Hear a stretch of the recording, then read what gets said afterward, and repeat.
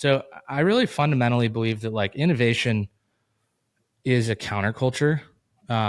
It's actually it satisfies all of the conditions of a counterculture. And I think that when we come out of periods like we've had for the last 5 years, where like it's super cool, there's a lot of social status in being a founder, resources are at your beck and call wherever you go. It sort of cheats away from the fact that it is a counterculture. And now I think what we're going through with the downturn, the sort of apocalypse that's happened across startups, et cetera, is everyone's kind of returning to like, okay, it really is a counterculture. And the reason I say that is like, I actually think there's a pretty small percentage of the population that actually want to do this job, like to be a founder. The general populace is not a fan of innovation. They don't like innovation. They don't want it. They don't like change. Like pick any example. Let's say autonomous driving. Like just look at the sheer amount of public outcry and hatred for autonomous driving. And I think a lot of founders, when it's cool and when there's a lot of status in building startups, they're like, oh, I'm going to build a startup and be on the cover of Forbes and be famous and everyone's going to like me and this and that. I think the reality is like, you're actually looking for people who don't care or need that external validation because one, it's not going to be there. And two, you're probably going to build the wrong things if you're using, the external validation of not your customers to make decisions about things. And so for me, in terms of identifying great founders, whether it's through Antler or whether it's just in general for, ecosystems like Austin, I think it's about defining and looking for people who actually do want to be part of that counterculture. And there's a lot of intuition there. It would be the same thing as like, if I said like, hey, Jason, let's go out and try to find the next generation of punk rock musicians. It's funny. So Richard Florida, the author of Rise of the Creative Class, right? He was on the podcast a few months ago, and we dug into that. And the whole point of that book was, looking at the history of these areas, Silicon Valley, Austin, et cetera, that had these innovation cultures going back, they were where the hippie cultures were.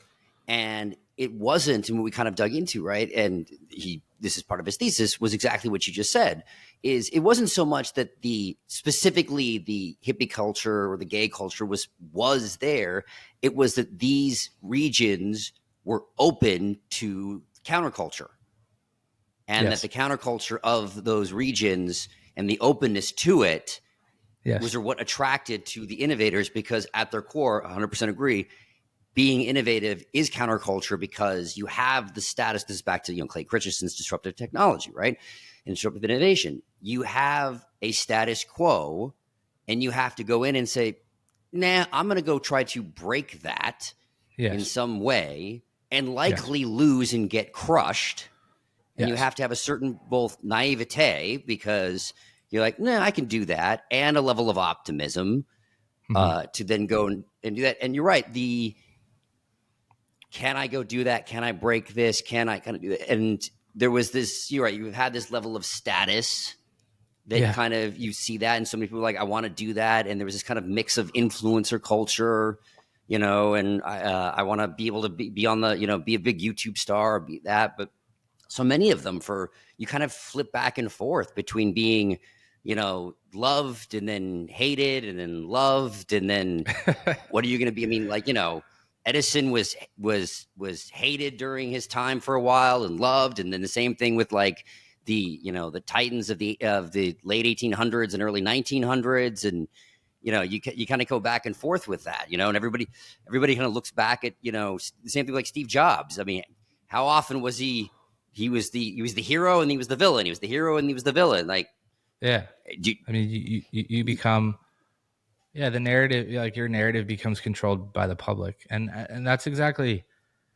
it. Like when building startups become super high social status, you get this long tail, which I don't, again, like I don't think are actually part of the counterculture. And I don't mean that from an exclusionary perspective. Like I am the number one advocate for all of our best and brightest people becoming entrepreneurs. Like that is the greatest output that we can have as a society is for all of our best minds to go build companies and bring new technology to the market. Like I'm not exclusionary at all.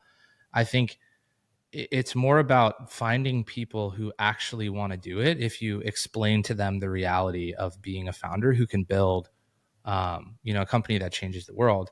And yeah, like, I mean, you can go back all the way to, the previous generations. You can even look at the current generation. I mean, look at Whitney Wolf, look at Jen Rubio, right?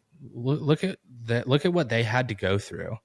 Look at Elon Musk. Look at Steve Jobs. Like pick a founder who's had incredible success, and ask yourself, like, is that actually what you want to do? If so, by all means, let's do it, and you can have an amazing impact on the world. But I think that the startups being cool and there being free money around for everybody encouraged a lot of people who didn't actually want that to do it. And so it's like sifting through like that.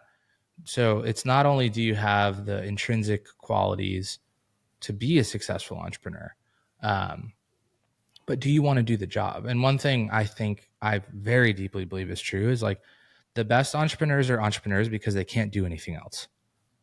Exactly. It's not, they didn't wake up and like, hey, I should be an entrepreneur because it's going to be really great for my resume. I'm going to make a ton of money. Everyone's going to think I'm awesome and smart and this and that.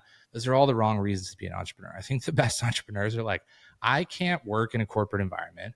I can't work for somebody else. I can't take direction, and I can't stand that this hasn't been fixed in the world. That I think is where really good innovation comes from. And I think it maps onto a lot of other countercultures where like it's not a choice for people. This thing needs to get done. It has to, and like I can't has sleep. Every entrepreneur has that moment is fine. I will do it myself.